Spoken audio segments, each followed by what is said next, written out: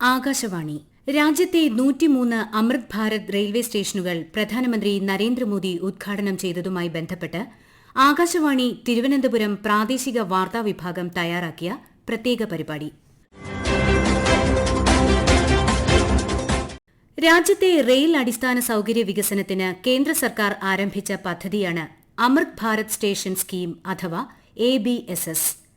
Railway സ്റ്റേഷനുകളുടെ പുനർവികസനത്തിനായി 2023 ഫെബ്രുവരിയിൽ railway മന്ത്രാലയം ആരംഭിച്ച ദൌത്യമാണ് അമൃത് ഭാരത് സ്റ്റേഷൻ യോജന.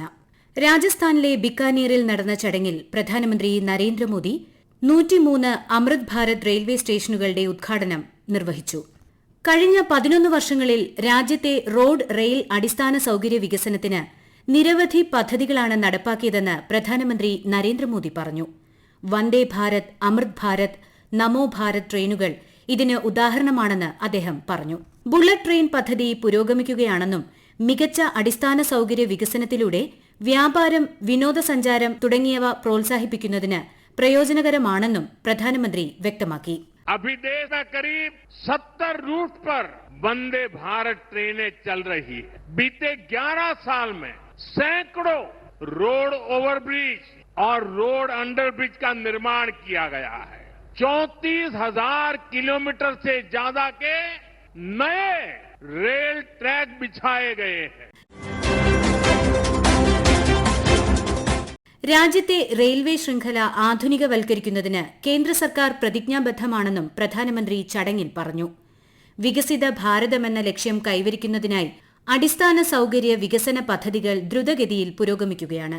1300 റെയിൽവേ സ്റ്റേഷനുകൾ വികസിപ്പിക്കുന്നതിനുള്ള നടപടികൾ പുരോഗമിക്കുകയാണെന്നും പ്രധാനമന്ത്രി പറഞ്ഞു.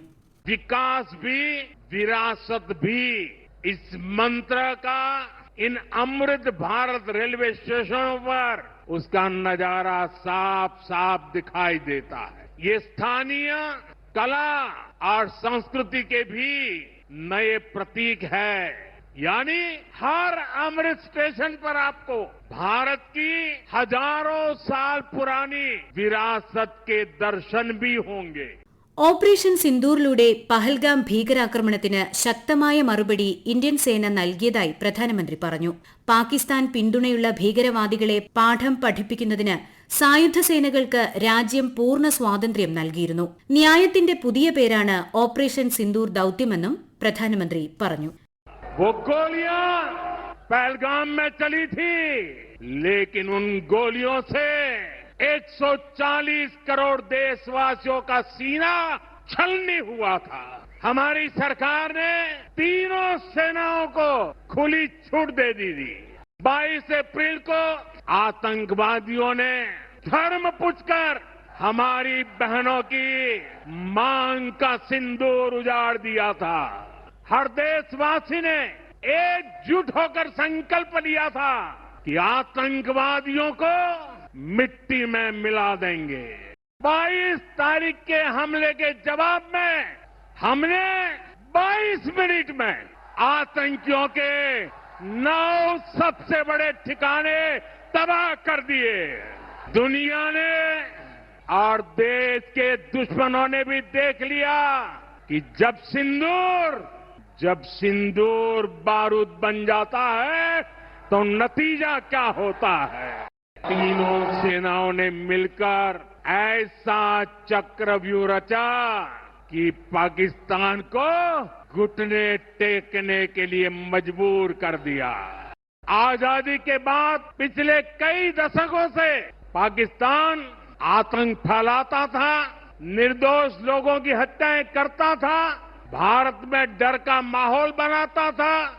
लेकिन पाकिस्तान एक बात भूल गया.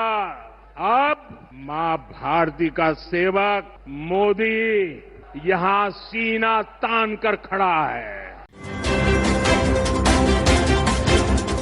2027ഓടെ രാജ്യത്ത് 500 റെയിൽവേ സ്റ്റേഷനുകൾ അമൃത് ഭാരത് പദ്ധതിയിലൂടെ നവീകരിക്കുമെന്ന് റെയിൽവേ മന്ത്രി അശ്വിനി വൈഷ്ണവ് പറഞ്ഞു.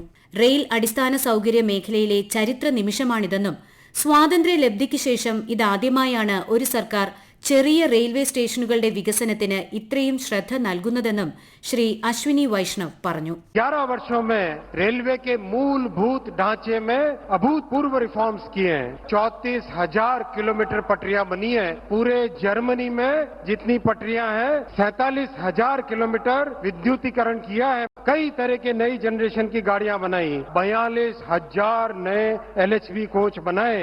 इन सब प्रयासों से रेलवे हमारे देश के गरीब और मध्यम वर्ग परिवारों के लिए एक अच्छा सुगम साधन बना है. वंदे भारत, नमो भारत, अमृत भारत, कई तरह के नई जनरेशन की गाड़ियां बनाई.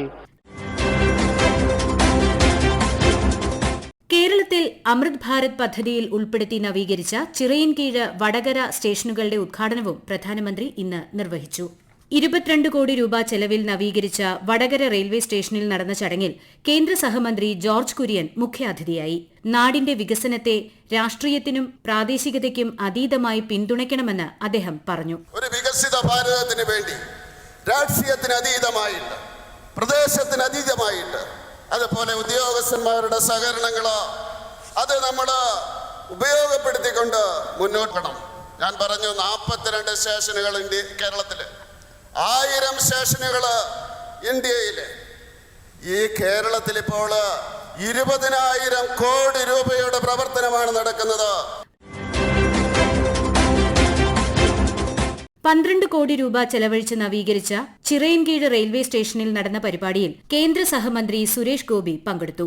വന്ദേ ഭാരത് ട്രെയിനുകൾ ഓടുമ്പോൾ ലോക്കൽ ട്രെയിനുകൾ പിടിച്ചിടേണ്ട സാഹചര്യം ഒഴിവാക്കാൻ പാത ഇരട്ടിപ്പിക്കലാണ് പരിഹാരമെന്ന് അദ്ദേഹം അഭിപ്രായപ്പെട്ടു.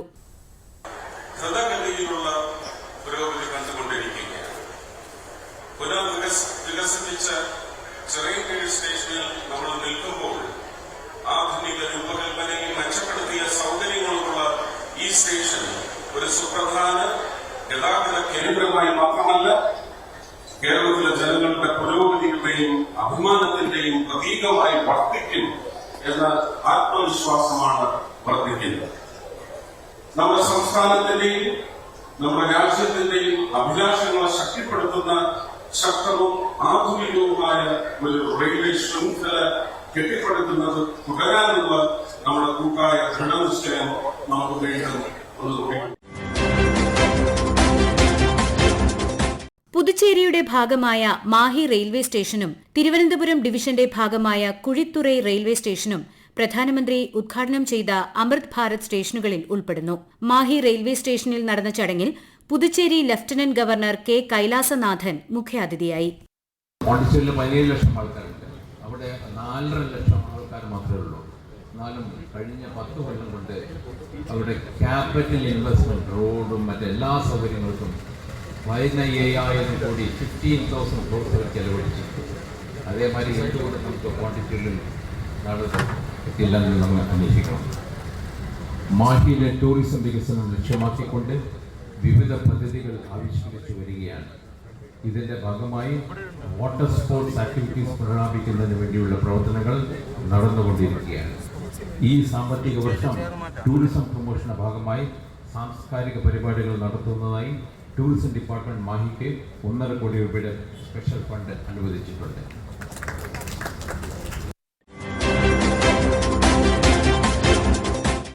പതിനെട്ട് സംസ്ഥാനങ്ങളിലെയും കേന്ദ്രഭരണ പ്രദേശങ്ങളിലെയും 86 ജില്ലകളിൽ അമൃത് ഭാരത് പദ്ധതിയിലൂടെ നവീകരിച്ച 103 റെയിൽവേ സ്റ്റേഷനുകളാണ് പ്രധാനമന്ത്രി നരേന്ദ്രമോദി ഇന്ന് രാജ്യത്തിന് സമർപ്പിച്ചത്.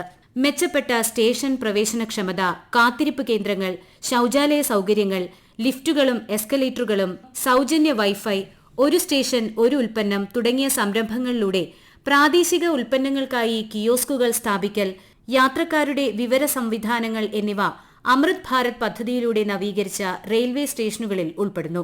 ഇതിനു പുറമെ എക്സിക്യൂട്ടീവ് ലോഞ്ചുകൾ, ബിസിനസ് ചർച്ചകൾക്കായുള്ള സ്ഥലം, ലാൻഡ്സ്കേപ്പിംഗ്, ഓരോ സ്റ്റേഷന്റെയും തനതായ ആവശ്യങ്ങൾ നിറവേറ്റൽ എന്നിവ പദ്ധതിയുടെ ഭാഗമാണ്.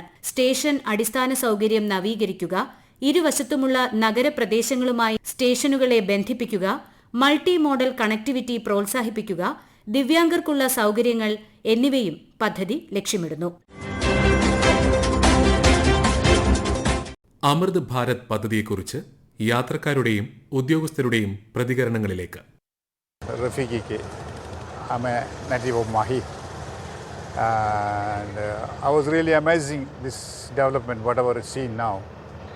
From my childhood, here this station, having a big water facility, all the steam engines, everything, water filling from this station having a 2 first gate, second gate. Now the old gates are disappeared and development is amazing. We never thought it was happening this much. And now the Mahi public is really very, very happy. എൻ്റെ പേര് സതീശൻ.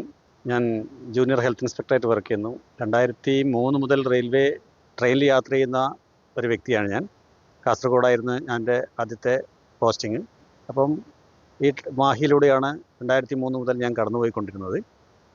അപ്പം അന്നത്തെ Mahe railway സ്റ്റേഷനും ഇന്നത്തെ Mahe railway സ്റ്റേഷനും തമ്മിൽ വളരെയധികം വ്യത്യാസം വന്നു.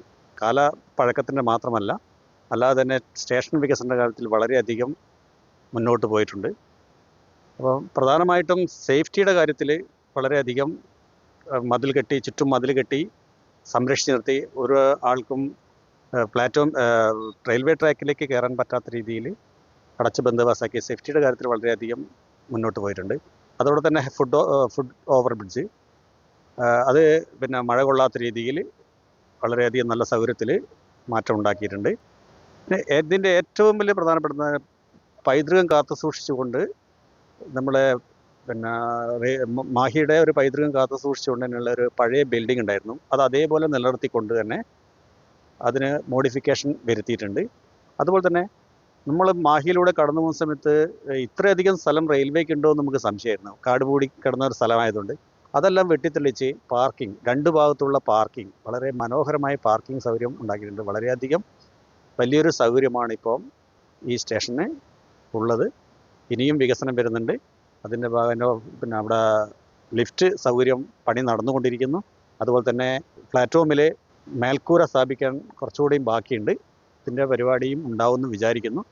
അപ്പം മഴ കൊള്ളാതെ ഇരിക്കാനുള്ള സൗകര്യം, ഫാൻ സൗകര്യം എല്ലാം പ്ലാറ്റ്ഫോമിലുണ്ട്. Myself, Febin Philip. I am working as the Senior Divisional Finance Manager of Southern Railway in Palakkad Division. Mahi Railway Station is a historically important railway station for Palakkad Division, and central government has included this important station under Amrit Station scheme. The idea behind this Amrit Station scheme is that generally a railway station is the first touch point as well as the last touch point of a person when he is entering to a new city or town. So the idea to improve station stems from that when a passenger comes to a place, to a station, he should have good memories of that place. So Amrit Station scheme is aimed at improving the passenger facilities as well as amenities of that station. And under this scheme, more than 1,300 stations has been selected across India for development, and Mahi Station is one among them. So in Mahi Station, we have done work close to 16 crores with regards to passenger amenities. These passenger amenities mainly include improved parking area, improved waiting areas, new toilet blocks has been also been constructed. We have new elevator or lift that is available for easy access to the passengers. Especially old people and sick people can use. The station has been made Divyanjan friendly. Divyanjan ramps and other amenities are available here. Divyanjan friendly toilets has also been introduced over here. Additional platform shelters and platform base. All these things have come into being. Now 7,000 square meter, I'm correct myself, 7,000 square meters of dedicated parking for both the two-wheelers and four-wheelers have come into place. Kerala is an area where a lot of people own private vehicle, so this will be definitely be helpful for the people of Mahi and whomsoever that is coming to Mahi station for their visit. We really hope that people will benefit from these advantages and improvements provided in the Mahi station. നിങ്ങൾ കേട്ടത് രാജ്യത്തെ 103 അമൃത് Bharat railway സ്റ്റേഷനുകൾ പ്രധാനമന്ത്രി നരേന്ദ്രമോദി ഉദ്ഘാടനം ചെയ്തതുമായി ബന്ധപ്പെട്ട് ആകാശവാണി തിരുവനന്തപുരം പ്രാദേശിക വാർത്താ വിഭാഗം തയ്യാറാക്കിയ പ്രത്യേക പരിപാടി. ഏകോപനം മയൂഷ AM. തയ്യാറാക്കി അവതരിപ്പിച്ചത് സോഫിയ ഡാനിയൽ.